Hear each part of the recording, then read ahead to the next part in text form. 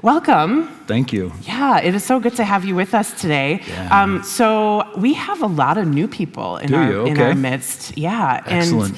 And they probably aren't super familiar with, maybe have never heard of the Amana Center in Oman. Okay. So tell us a little bit about what you do and what is it that sets your heart on fire about what you get to do? Yeah. Well, I mean, first of all, it's good to be back here.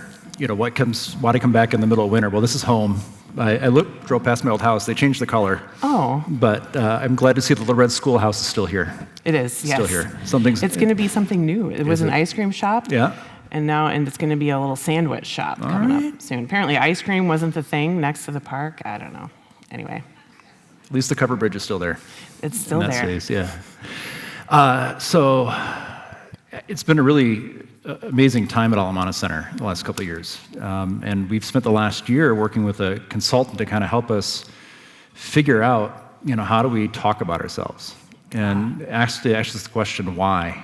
We just do. We've just been doing for so long, we never actually asked the question, why Amana Center? And I think one of the things I'm excited about is we've gained a clarity of vision and mission that I don't think we've had in the same way before. We started to ask ourselves, why are we doing this? We recognized that people here, people in Europe, people in Oman, we maybe know somebody of another faith, but we rarely ever talk to them about their faith. You may know somebody's Muslim, you may know somebody's Hindu, but we're not trained to talk about it. In fact, we're trained not to talk about it. Correct, yeah. You don't talk about religion or politics. Yep. My two favorite conversations, so. Mine too. It gets me in trouble a lot. This is fun. It gets me in trouble. Let's be spicy. That's a phrase I've taken on. But because we don't talk, we have a lot of misunderstandings about each other. And so we make assumptions about the other. Yeah. Whether it's religious, whether it's political, whether it's something else. And those lack of understanding leads to a lack of empathy. It gives tribute to things that aren't true. It gives motive where there isn't that motive. And so why Amana is we wanted to create a place where people can learn about the other, where religion and politics are not off the table. In fact, they're encouraged. How do we talk to this person? How do we discover what they actually believe? Yeah. Rather than assuming we know. Yeah. And so when we do that, we actually begin to move through tolerance to a sense of understanding, and then from understanding toward kind of an empathy. And then once you reach that empathy, you can actually begin to see them in their full humanity. And no longer are they an other, but they're a human as you're human. So, okay, that you just traced a progression, Yes. and I want to pull that out a little bit. Okay. So, ignorance is maybe on one end. Correct. And then, understanding fellow empathy, human is on the other end. Recognizing human identity that exists, even if they don't believe like us, act like us, think like us. So, ignorance, exposure. Yep. What comes next? Lived experience, I would think. We were sitting with a group of mediators with the Minister of Religious Affairs, and His Excellency had this wisdom that, we can study a place, and we can know from books, we can know from the internet something of them. And that's the first circle of knowledge. The second circle of knowledge is actually then experiencing those people. Yeah. Coming to Oman and seeing how a Muslim community organizes itself and behaves. Going to live with somebody of a different religion or a different ideology. You gain knowledge that you can't gain from books or from the internet. And once you get that circle, the next thing then is to enter into their circle in some way. Empathetically, I would say. Yeah. You don't need to change who you are, but how do you imagine them in their situation? And then be able to see them as fully human and work for their rights, even if it's something that you might think, well, that wouldn't work for me or my community, but I can see why it works for them. So tolerance was a word that you used. Yeah. But it wasn't. Tolerance is not the far end of the spectrum that you're after. So no, tell me more about that. it's actually the beginning of the spectrum.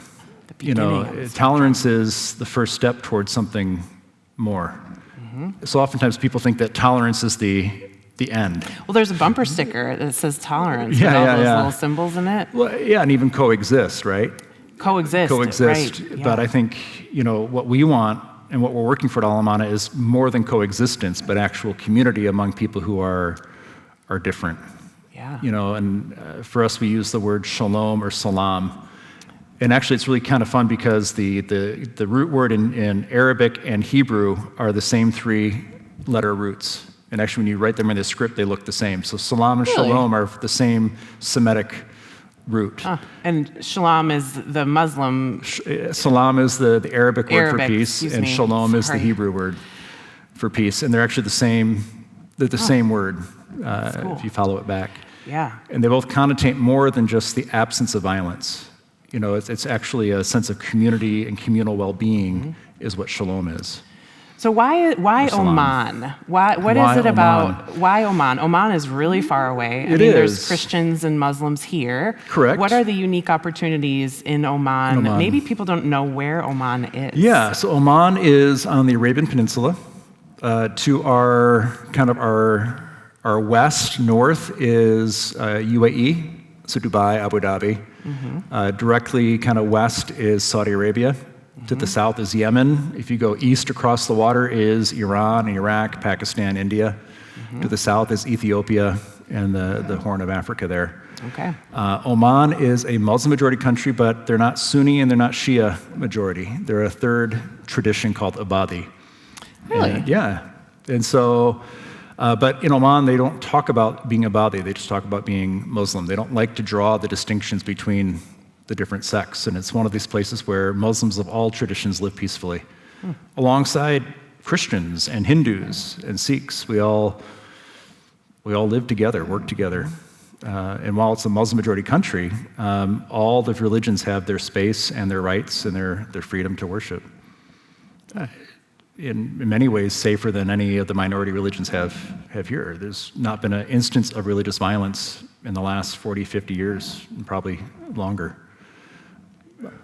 Yeah, it's amazing. Our churches are there. There's a Hindu temple with idols in the Hindu temple. There's no violence.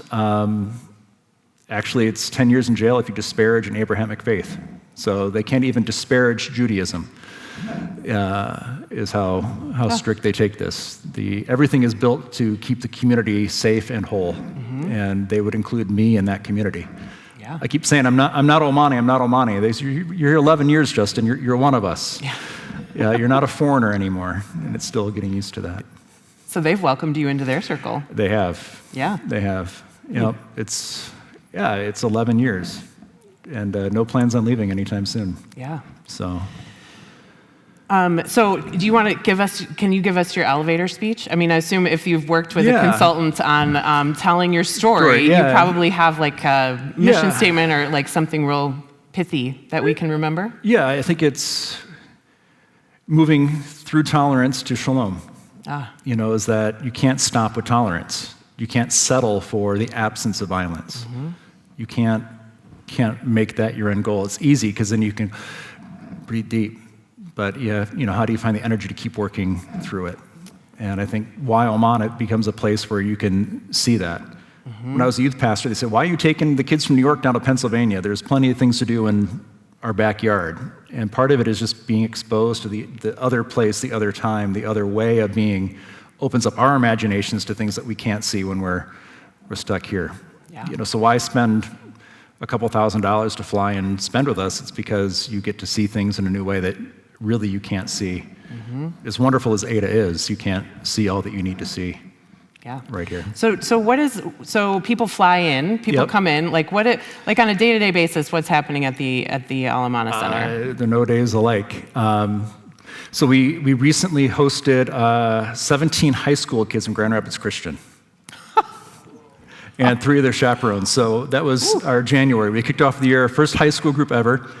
First high school group ever. And they came from Grand Rapids, Michigan, and they flew in, and we had them cook with Omani chefs. Took them to the Grand Mosque, the churches, the temples, some of the natural beauty. They hung out with Muslims. They spent a whole day hiking and playing with 17 kids from the Indian school Muscat. So they met Muslim and Hindu Indian students, and they spent the day, and at the end of the time, they all got together at the mall again on their way out. At the mall. At the mall. And Some things are universal. For that group, it was very unacademic, but, for many of these young people, this is their first time traveling outside of Grand Rapids. Yeah. It was their first time meeting a Hindu, meeting a Muslim, and creating that safe space for them to interact and to ask these questions. And for the Indian students, America is kind of a dream, and for them to actually meet American kids and to realize how similar these Indian high schoolers and these American high schoolers were was a lot of fun. But again, that can't happen here. Yeah. But it happened there. And so now those high school kids, their views of Islam, their views of the Middle East, at this time, meeting with their parents, trying to convince their parents it's still safe for your kids to come, was a heavy lift, but they all went back home safely with wonderful stories, and now their families are changed because their youth had this experience in Oman. And so it's not even academic, it's not even theological. Sometimes it's just finding that place and that space to be together in a new way. Justin, everything is theological. It is, but you don't have to articulate it all the time. You're right. Yeah, we can be sneaky about it. You just do. That's right. You can just do. So we've had some good conversations over the last week or so about where does this come from? This idea that we are over against, that the suspicion of the other, especially between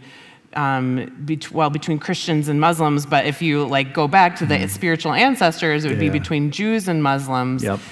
So tell me, even now, the whole conflict in Gaza is often a Muslim-Jewish thing. Yeah. But it's not. I'm working with a Palestinian Christian group right now, and so there's Muslims, Christians, and for them, the Christian Palestinians, it's not a theological issue. It's, and they would say the theological issue distracts from the real issue. Oh. Yeah. And so. So it's not a theological. What is the real issue? Depends on who you ask, but for them it would be oppression, lack of freedom, their land being stolen. Yeah. So their narrative is much different, and a feeling of helplessness, hopelessness. Yeah. And so it's not about religions, it's about people groups. Yeah. Claiming competing claims. Yeah. That have a theological basis. Right. But it doesn't feel like that to them.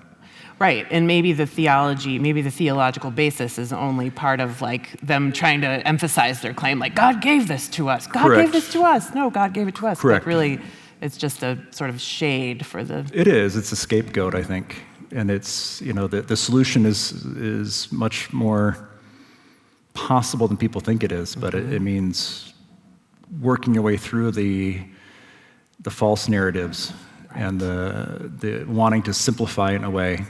Yeah. That it's on one level it's very simple and very easy. In other ways, it's very complicated. So the false narrative, I think, we picked this text from Genesis 17, which is way back at the beginning of the Bible, from Abraham dealing with his two sons.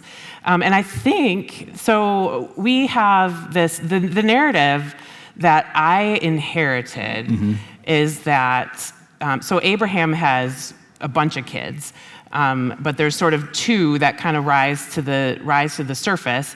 One is this promised child, Isaac, who God says there's going to be this covenant. But then there's this other son, Ishmael, who comes before Isaac and was kind of Abraham and Sarah's sort of attempt to go an end run around God's plan, because they were old and they're there's no way we can have a son. We're too old. So then there was this other woman who had Ishmael. And so Isaac being sort of the father of the Jews, and Ishmael sort of being the father of Islam, of Muslims. Yep. So Isaac being the chosen, and Ishmael being the cast aside. Yeah, but it depends on by who. And as we read the text today, God didn't cast Ishmael aside. It was actually, if you read other passages, it's Sarah's jealous of of Ishmael and worried about Isaac. Yeah. And so it was actually Sarah that kind of forced Abraham to kick him out. And so in actually this whole story, Ishmael and Isaac are kind of innocent pawns to Abraham and Sarah's relationship and her jealousy. Ooh. Yeah. It's messy. It is, well, It's yes, messy. Relationships are that messy. Yeah. And how much generational trauma is begun by brokenness in families, in our families of origin, in particular between parents, and when they don't have their own. Well, even this passage, God's reassuring that you don't have to choose. Whoa. That God is like this conflict that Sarah perceives is not a real conflict because God is clear. Yeah. I think we should read it. You should read it? Yeah. So it's going to be on the screen, and we've got it here in front of us. I started, it'll start at verse 9. Yep. 9 on the screen, but yeah, so start down here. You want to read it, or do you want me to read it? I'll read it. All right. Okay. So this is God they're setting up a covenant, and the covenant is an agreement, a set of promises that they're going to make to one another. So here we go.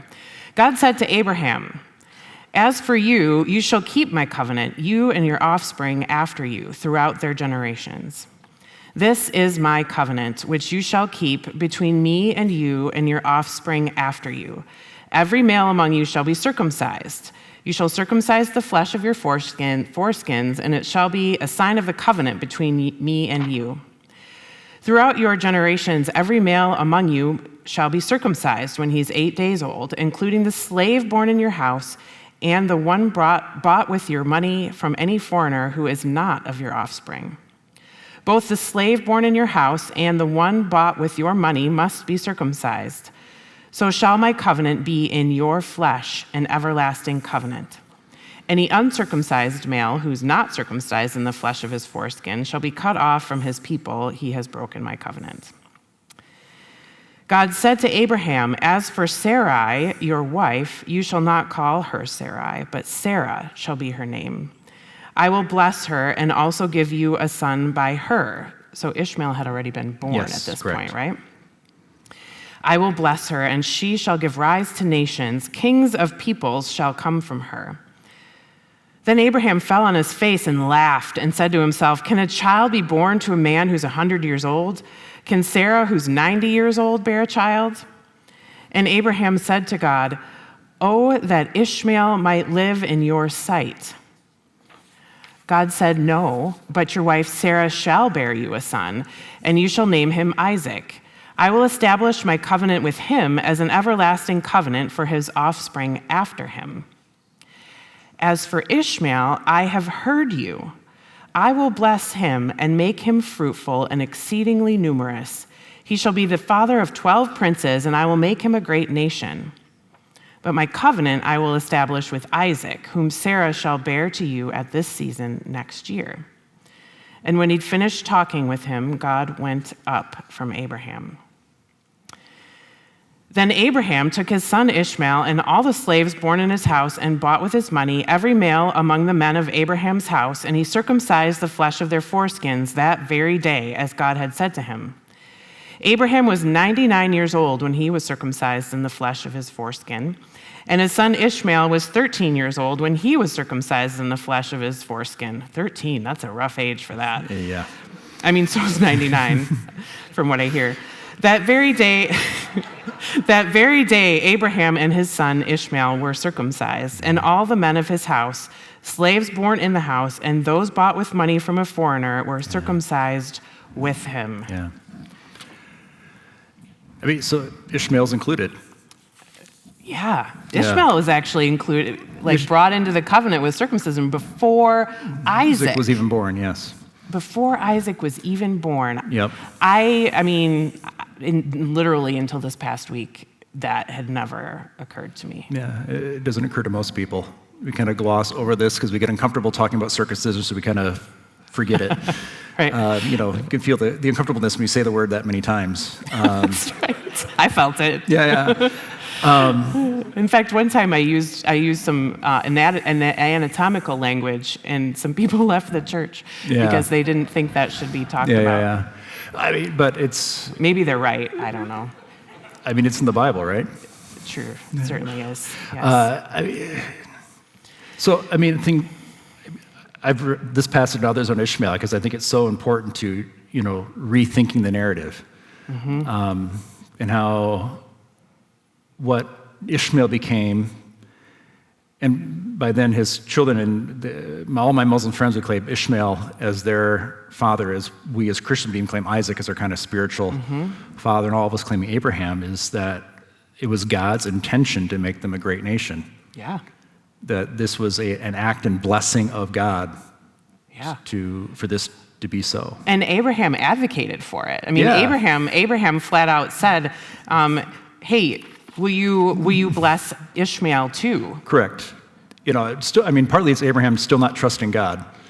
Can you bless the one that I got, not the one that might come to this old geezer? But the reality is no matter what Abraham's intention, God still blessed Ishmael. Yeah.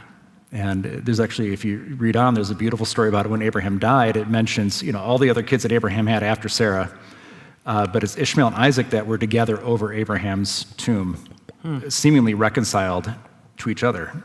And then their stories are not really told ever again, but there's this notion that whatever happened with their parents, whatever happened between Sarah and Hagar, between Abraham and Hagar, for them that was inconsequential. They were united over Abraham being their father. And so as I look at the conflicts today, I think that's where we need to start, and we need to see that both people on the side of the conflict in Gaza are offspring of Abraham, that God intended for both to be blessed. Yes, the covenant with Israel as Israel is through Isaac. And actually, I was talking to my Muslim friend about this, and he doesn't disagree with that. But there is still something for Ishmael in God's promise in the Bible. The Quran stuff, we don't have time to get all into that today. Right.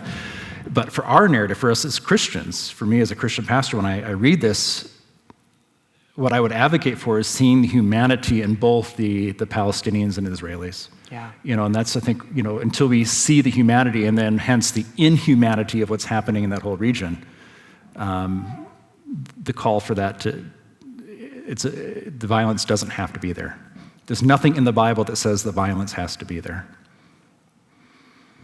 Whew. Yeah. So where do we go from there? Where do we go from here? Yeah. If I knew that, I wouldn't be here. I think it's in our own relationships, finding the humanity in the other. Yeah. Because the more that we see the humanity in the other, the harder it will be to allow for the others to see others in this inhumane way. The only way that I can imagine the atrocities happening are that we've dehumanized the other. And I see it when I come back here and I watch the news here. The dehumanizing of the political other is just so painful to watch. We don't have that in Oman. There isn't a dehumanizing of the political other. Partly because there isn't really a political other, but they really do. With the monarchy, you mean? Monarchy, but it's a very benevolent monarchy, and they really strive to keep everybody as much as they can healthy, safe, and secure without, again, Christians I don't have to even pretend to be Muslim to exist there well. In fact, if I pretended, it would confuse the crap out of them.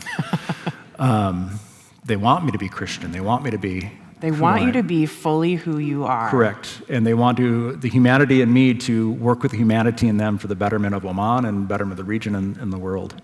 And I think that's the reason why Oman is I see something... they're not a perfect country. Don't get me wrong. They have their problems, but what they get right is everybody is human. We're all children of Adam and Eve. And until we can start to that and see that, everything else is going to go sideways. So to bring this to something practical, this is eminently practical. But from your work and what you know, what is something you would ask of us to be part of this this humanization, this deep regard for shalom, salam. Yeah, find ways to live in the world of people who are not like you. Ooh, did you hear that? Live in the world of people who are not like you.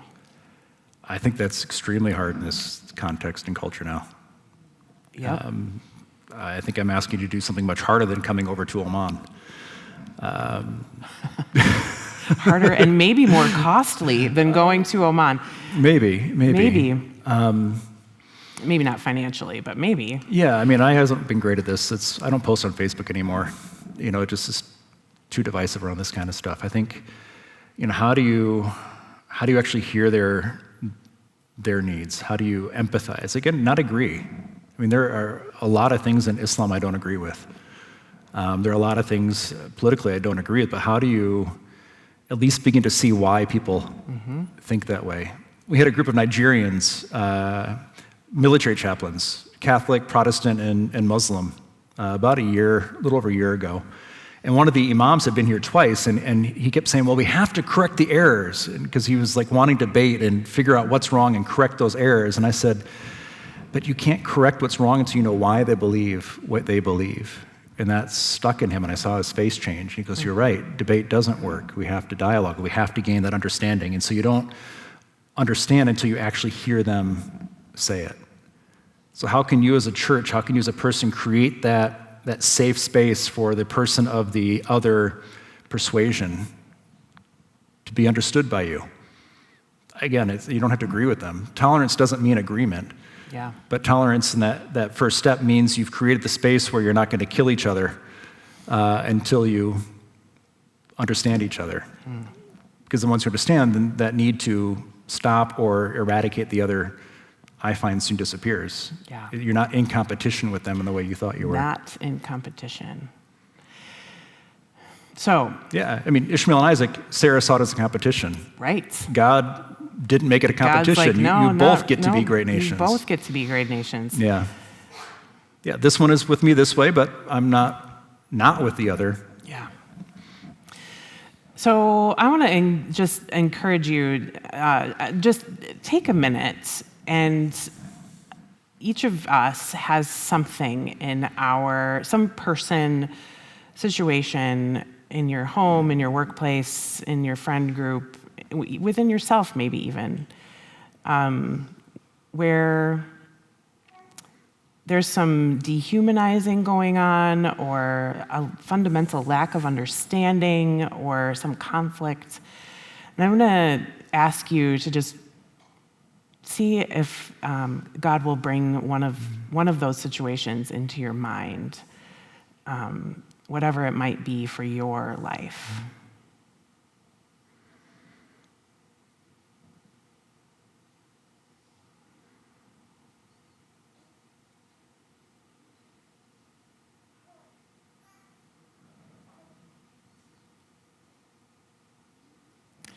And then I want to invite you to ask God if there is one action that you can take today, even one action that you can take to stop competing and try to understand.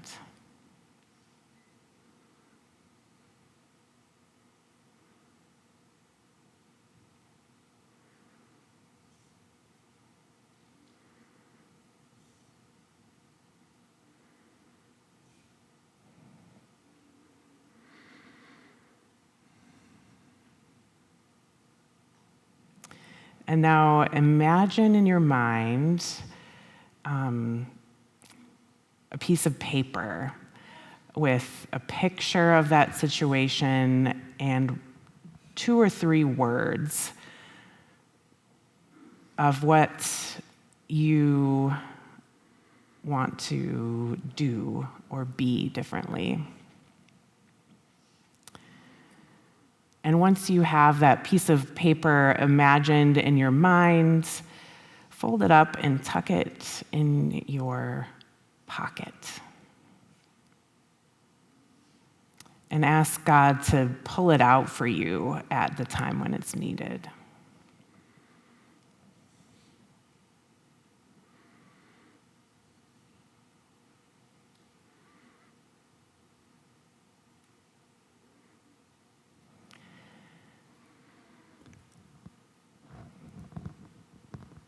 We started this with why Amana Center. And for me, I'd wanted with why is this Christian? Why is this not just some humanist, liberal thing to do? And I think, for me, it's the incarnation. If the humanists didn't matter, we wouldn't have the incarnation. There has to be something, our humanness mattered to God enough to incarnate God's self in Jesus. And that our humanity is important, and therefore the humanity of others is important. And the other thing is, when Jesus said in his sermon, blessed are the peacemakers, it's blessed are the shalom makers. So it's not just stopping violence, it's actually blessed are those who make the world well. And so it's a very Christian act to start with the wellness and wholeness of others. And it's often more than just a word, it's an action. Yeah. So for me, this is deeply Christian and not just some societal thing. It's not sociology. Right. So we don't articulate the theology, and here I am articulating this theology, because I think it's for me, that is that important part, though, is why as a Christian do we do this? Yeah. Why aren't we baptizing Muslims? It's because, to start there, or even to make that a goal, doesn't allow that space for them to be human as God has blessed them to be human. And how do we discover that along the way? And I think for me that's the Christian aspect, is allowing them to be the humans God created them and blessed them to be, and then we'll figure it out from there. Yeah. Yeah, to enter, to enter into someone else's lived experience. You had such a great phrase. I can't remember what it was. I don't know. I have to go back and watch the tape. That's why it's good to record. You asked, Mara, you asked me, can we just, kind of fly by the seat of our pants, and am I okay with that? And I do some of my best work, but I don't remember then what I say half the time. Well, there is a recording. But we do have to enter into their world, to their context. As God entered our world. As God entered our world, our context. It's a very godly thing to do, to enter somebody else's context and experience the fullness of it. Yeah. Does that feel like a good place to stop? I can go on for 2 more hours, but I think people have lunch to get to. Yes, I think so too. Would you be willing to close us and close this conversation with prayer? Absolutely. Great.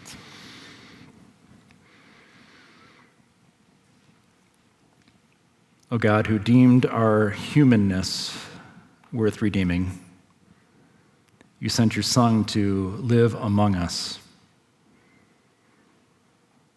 O God, as the disciples went out, they lived in the communities in which you sent them, proclaiming that the world can be different, should be different, will be different.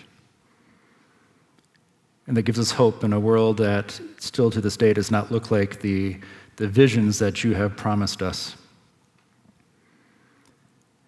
Send us out to be your ambassadors of peace, your ambassadors of reconciliation, your ambassadors of empathy, trusting that even as we will be fully known by you and are fully known by you, that we can know each other better. And in that knowledge, find ways to honor you with our lives and in our community. In your Son's name we pray. Amen. Amen.